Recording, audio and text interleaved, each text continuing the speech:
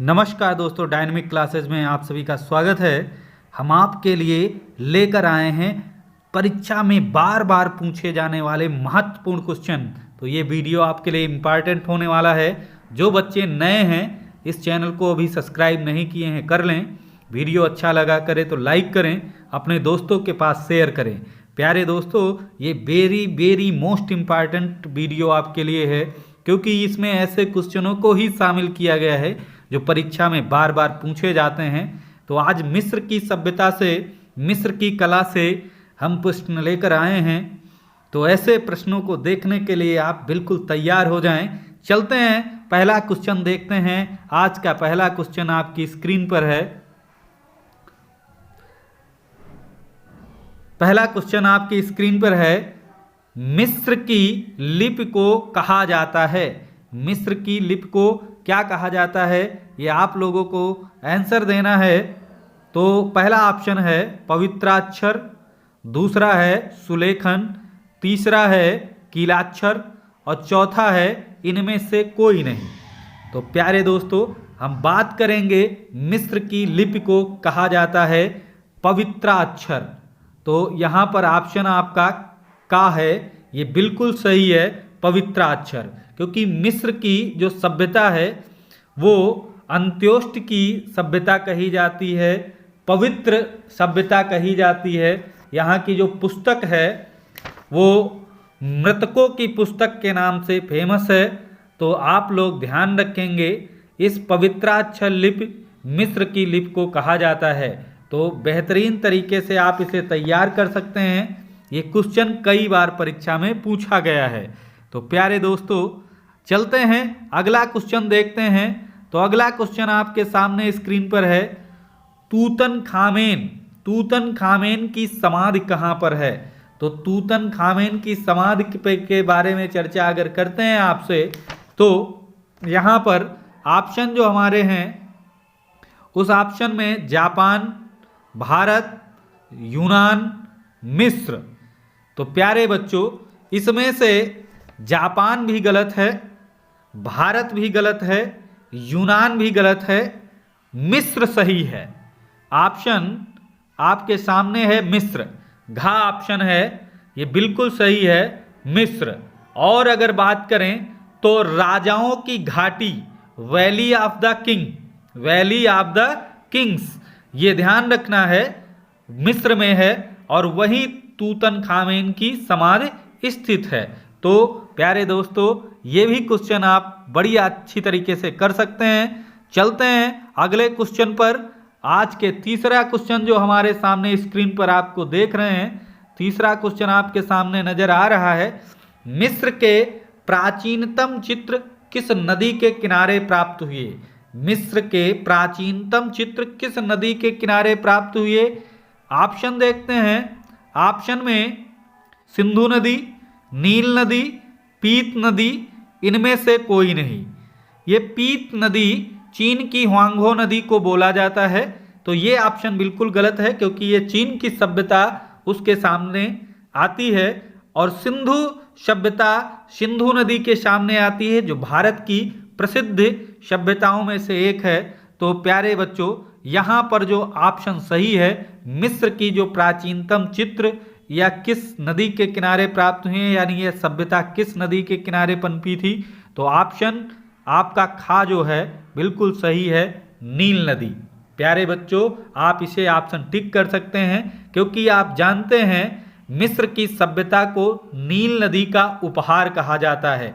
ये याद रखना है आपको, मिस्र की सभ्यता को नील नदी का उपहार कहा जाता है। उपहार, नील नदी का उपहार। प्यारे दोस्तों, चलते हैं अगले क्वेश्चन पे, इसको भी अच्छी तरीके से आप लोग कर सकते हैं। चलिए अगले क्वेश्चन पर पहुंचते हैं। 4 नंबर का क्वेश्चन आपके सामने है, सम्राट जोसर के काल को कहा जाता है। सम्राट जोसर के काल को कहा जाता है। ऑप्शन है पिरामिड का युग, संगीत का स्वर्ण युग, मस्तबा का युग, इनमें से कोई नहीं। ये 4 ऑप्शन आपके सामने हैं। 4 में से ऑप्शन जो सही है उसे हम बात करेंगे पिरामिडों का युग। पिरामिडों का युग, क्योंकि इन्हीं के युग में वहाँ जो पिरामिड बने हैं वो इन्हीं के युग में बने हैं और वो खुफू, खफरे और मैकुरे के नाम से ये पिरामिड हैं।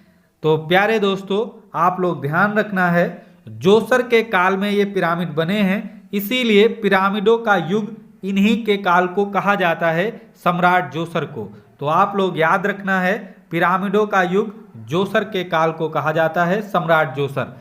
तो प्यारे बच्चों, बहुत ही अच्छी तरीके से आप क्वेश्चन कर पाएंगे। चलते हैं, आज का 5वां क्वेश्चन आपके सामने है। सबसे बड़ा पिरामिड है, सबसे बड़ा पिरामिड कौन सा है? तो इस पर हम बात करने वाले हैं। सबसे बड़ा पिरामिड जो है वो खुफू का पिरामिड है।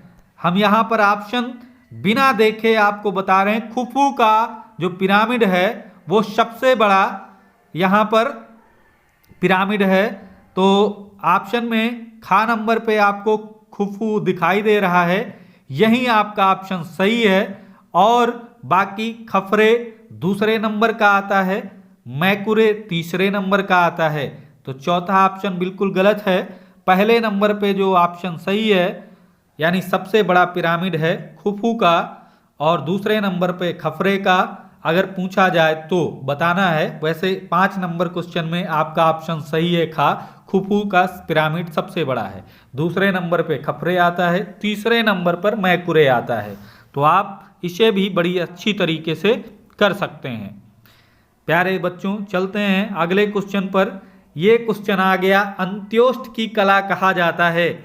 हर बच्चा कर लेगा। अभी हमने बताया था अंत्योष्ट की कला किस कला को कहा जाता है। अंत्योष्ट की कला कहा जाता है, प्यारे बच्चों, यहाँ पर ऑप्शन देखते हैं, मिस्र की, चीन की, यूनान की, जापान की।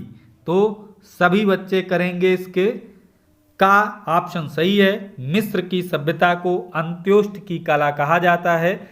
यहाँ की मृतकों की पुस्तक बहुत ही प्रसिद्ध पुस्तक है और यहाँ की लिपि जो है वो पवित्राक्षर लिपि है। तो आप लोग इसे ध्यान रखेंगे, ये बहुत अच्छी तरीके से याद रखना है। मिस्र की कला को अंत्योष्ट की कला कहा जाता है। प्यारे बच्चों, चलते हैं अगला क्वेश्चन देखते हैं। अगला क्वेश्चन है आज का 7वां, स्फिंक्स या नरसिंह की मूर्ति कहाँ पर निर्मित है?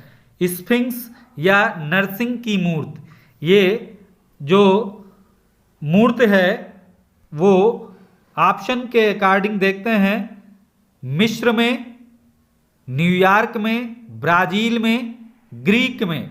तो सभी बच्चे जानना चाहेंगे ऑप्शन ए। ऑप्शन ए जो सही है, मिस्र। ये मिस्र के गीजा में स्थित है। गीजा में जहां पिरामिड बने हुए हैं, वहीं पिरामिड के सामने ये आपको मूर्ति देखने को मिलेगी, नरसिंह की मूर्ति, जिसकी हम आपको लंबाई और ऊंचाई भी बता देते हैं। तो ध्यान रखना है, इसकी जो लंबाई है वो 238 फीट 238 फीट है। ये ध्यान रखना है, 238 फीट इसकी लंबाई है और ऊंचाई इसकी 66 फीट है। कितनी? 66 फीट। आप लोग ध्यान रखेंगे, 66.3 फीट। 66.3 फीट इसकी ऊंचाई है। तो प्यारे बच्चों, इसको ध्यान रखेंगे। ये कहाँ है? गीजा, मिस्र में गीजा। गीजा जहां पिरामिड बने हुए हैं, वहीं आपको ये देखने को मिलेगी। तो प्यारे बच्चों, अच्छी तरीके से क्वेश्चनों को करना है, एक भी क्वेश्चन छूटने ना पाए, क्योंकि ये क्वेश्चन बार बार परीक्षाओं में पूछे गए हैं और कोई ना कोई क्वेश्चन आपके एग्जाम में पूछा जा सकता है। तो प्यारे बच्चों, अच्छी तरह से इन क्वेश्चनों को रट लें, याद कर लें, समझ लें, जिनसे इनको भूलें ना आप। परीक्षा में जैसे आते हैं आप इनका आंसर बड़ी अच्छी तरीके से कर पाएंगे। तो अगला क्वेश्चन है, नेफरतिति की मूर्ति कहाँ से संबंधित है? प्यारे बच्चों, नेफरतिति की मूर्ति कहाँ से संबंधित है? तो आप लोगों को ध्यान रखना है। ये ऑप्शन देखते हैं। ऑप्शन में है सुमात्रा, जावा, मिस्र और रूस। तो नेफरतिति की मूर्ति कहाँ से संबंधित है? आप लोग ध्यान रखेंगे, ये मिस्र से संबंधित है। कहाँ से? मिस्र से। तो ऑप्शन आपको जो दिखाई दे रहा है ग, ये बिल्कुल सही है, मिस्र से संबंधित है नेफरतिति की मूर्ति। और ये कब बनी थी, किसके शासन काल में बनी थी, ये भी कभी कभी क्वेश्चन पूछा जाता है। तो मिस्र के 19वें राजवंश के सम्राट थे अखनातेन। अखनातेन याद रखना है, उनके शासन काल में बनी थी। तो आप लोग ध्यान रखना है, अखनातेन यहां पर हम एक बार लिख देते हैं, अखनातेन, ये ध्यान रखना है, अखनातेन के शासन काल में ये बनी थी। कहाँ है? मिस्र में। 19वें राजवंश के सम्राट हैं अखनातेन, इन्हीं के समय में ये निर्मित हुई थी। तो प्यारे बच्चों, आप इसे बेहतरीन तरीके से कर लेना है, बिल्कुल क्वेश्चन छूटने ना पाए। अगला क्वेश्चन है, मिस्र की लिपि को समझने के लिए किस यंत्र की सहायता ली जाती है? तो मिस्र की लिपि को समझने के लिए किस यंत्र की सहायता ली जाती है? ऑप्शन देखते हैं। ऑप्शन में पवित्राक्षर, रोजेता शिला, भावाक्षर, इनमें से कोई नहीं। तो प्यारे बच्चों, यहाँ पर जो मिस्र की लिपि को समझने के लिए यंत्र की सहायता ली जाती है, तो वो यंत्र है रोजेता शिला। ऑप्शन में आपको दिखाई दे रहा होगा, खा ऑप्शन है रोजेता शिला। तो रोजेता शिला जो है, ये मिस्र की लिपि को समझने में बहुत ही सहायक है। और रोजेता शिला की खोज अगर पूछे तो नेपोलियन के मिस्र अभियान के दौरान 1799 में, 1799 में आप लोगों को ध्यान रखना है, 1799 में ये ध्यान रखना है, रोजेता शिला की खोज होती है। नेपोलियन जब मिस्र अभियान के दौरान था, ये समय है 1799, तभी इसकी खोज हुई थी। तो आप लोग बिल्कुल अच्छी तरीके से याद रखें, मिस्र की लिपि को समझने के लिए किस यंत्र की सहायता ली जाती है? तो रोजेता शिला है, जहां से लिपि समझने में सहायता होती है। तो प्यारे बच्चों, अगला क्वेश्चन देखते हैं। अगला क्वेश्चन और अंतिम क्वेश्चन, आज का अंतिम क्वेश्चन, केवल 10 क्वेश्चन आपको दिखाए हैं, जो भी क्वेश्चन हमारे लिए इम्पॉर्टेंट थे मिस्र की सभ्यता से, तो प्यारे बच्चों आपके सामने रखे गए हैं। बहुत समय नहीं लगा, आप लोग इन 10 प्रश्नों को याद कर लें, और अगर एग्जाम में आते हैं तो अच्छी तरीके से कर लेना। अगला क्वेश्चन है, मिस्र के शासकों को कहा जाता था? तो ऑप्शन देखते हैं। ऑप्शन में है नृप, फराउन, राजन, राजा।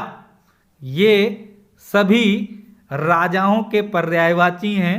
तो यहाँ पर मिस्र के जो शासक थे, उन्हें कहा जाता था फराउन। फराउन याद रखना है, फराउन, ये मिस्र के शासकों को कहा जाता था। तो आप लोग अच्छी तरीके से ये याद रखना है, मिस्र के शासकों को फराउन कहा जाता था। तो प्यारे दोस्तों, ये 10 प्रश्न आपके लिए बहुत ही इम्पॉर्टेंट हैं, अच्छी तरीके से याद करें। हम कल फिर मिलेंगे आपको अगले टॉपिक से 10 क्वेश्चन लेकर के। तब तक आप इंतजार करिए, इन क्वेश्चनों को कई बार देखिए, आपको ये क्वेश्चन याद हो जाएंगे। फिर मिलते हैं, तब तक के लिए जय हिंद, जय भारत।